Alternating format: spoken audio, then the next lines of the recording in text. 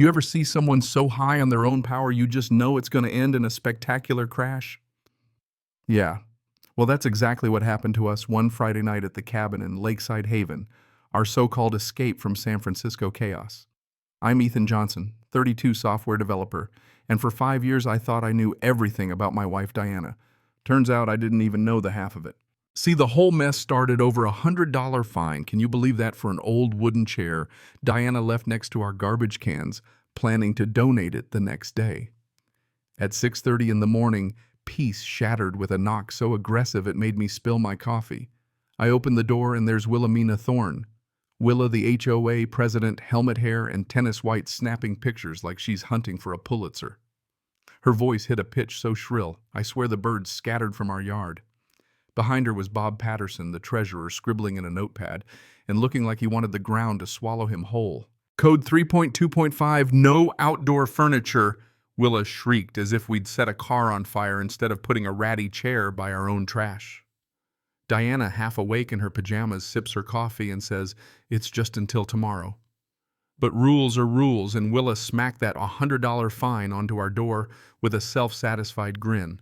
Bob never looked up. You know the type.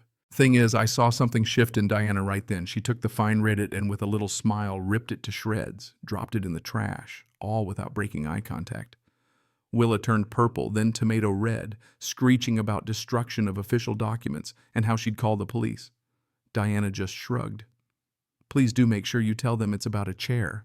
Even Bob tried to calm her, but Willa snapped, "Shut up, Bob," and stormed off, promising we'd regret crossing her. I asked Diana if she was okay. She gave me this look, not scared, but excited. "Remember when I said one day someone would test us?" she said. "This is it. And trust me, I've dealt with worse." I didn't know what that meant. But that night she spent hours researching Willa. Next thing I knew, emails started pouring in, fines, special meetings, photos of our house, even an anonymous "leave before things get ugly" message, which Diana traced right back to Willa's IP. She was 10 steps ahead always. But here's where it got juicy. Other neighbors started reaching out. Linda, a retired teacher, hit with $150 fines for flowers. Tom, accused 5 times for suspicious activity walking his dog.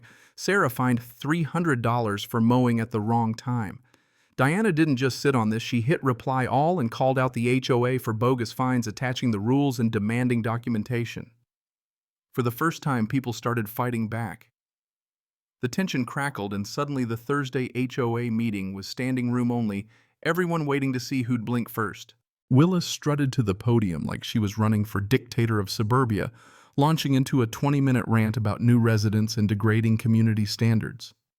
She never said our names, but everyone knew. Diana's hand shot up. Calm as ever, she asked if Willa realized that issuing false fines could be considered fraud, and whether she'd consulted the HOA attorney before threatening legal action. Then she dropped the real bomb. "Would you like me to read the 47 violations you've committed, starting with your lawn flamingo collection?" The crowd erupted. Willa tried to regain control by threatening to call the police if the chair wasn't gone by the next day, even tossing around words like terrorism. You know what I mean? It was theater pure and simple. Diana just smiled and warned that calling 911 for a non-emergency was itself a crime, and usually people pay a lot for my legal advice. That was when I realized my wife was up to something big. Sure enough, at dawn on Sunday, the police pounded on our door, Willa in tow, half the neighborhood recording with their phones. The officers Johnson and Rodriguez looked as tired as I felt. Willa launched into her spiel about destruction of property, threats, terrorism, the works. Johnson's side asked for Diana's ID, and when she produced it, everything changed in a heartbeat.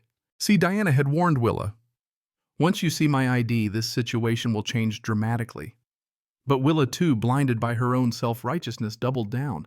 Johnson looked at the ID and went ghost pale. "Oh my God." "Your Honor." Rodriguez's phone clattered to the ground. The crowd gasped. Somebody started live streaming. Diana Reynolds, Federal Judge, Eastern District Court. Yeah, that happened. Suddenly, Bob, usually silent, as a shadow, stepped forward. Voice strong for the first time, and confessed everything Willa had used. $15,000 of HOA money on lawyers' personal vendettas and private investigators to dig up dirt on anyone who stood up to her. He had documents. The officers, now fully on Diana's side, retrieved the file's evidence of embezzlement, mail fraud, forged signatures, stalking, harassment, you name it. Willa dropped to her knees begging for mercy, but Diana didn't flinch. She gave her a choice: resign immediately, apologize to every resident, pay back every cent, and do 500 hours of community service or get arrested on federal charges right then and there. The crowd started chanting, "Resign, resign," and even Bob crossed his arms, done with her reign. Willa croaked out an apology, one for every resident she'd harassed, live-streamed to the world. Her humiliation went viral. HOA Karen calls cops on federal judge. The memes wrote themselves. Diana, true to form, refused all interviews, saying, "This isn't about me. It's about abuse of power at every level." Afterward, neighbors who'd been strangers brought us flowers, pies, wine. Tom even left a note for the judge who finally brought justice to Lakeside Haven. Bob was voted interim president, immediately tossed out the petty rules and the infamous chair. We painted it bright red and set it in the garden with a plaque, the $100 chair that brought justice. 6 months later, life had totally changed. Willa's gone working at a legal aid clinic in Arizona, apparently reformed. She even sent Diana a letter thanking her for not destroying her completely. Lakeside Haven is finally free, and Diana no longer hiding waves to neighbors who look at her with newfound respect and a bit of fear. Every now and then someone asks if I ever resented Diana for keeping her job a secret. I get it now. Sometimes the world just needs to see a tyrant fall on their own sword so everyone learns what unchecked power looks like. And Diana, she says her only regret is not recording Willa's face when the truth came out. But here's the real kicker. What about all those files Willa kept on the neighbors? What secrets are still out there? And do people like Willa ever really change or just lie in wait for their next power trip? You tell me, would you forgive a Karen like Willa? Drop your thoughts below. I guarantee this story's got people arguing for years to come.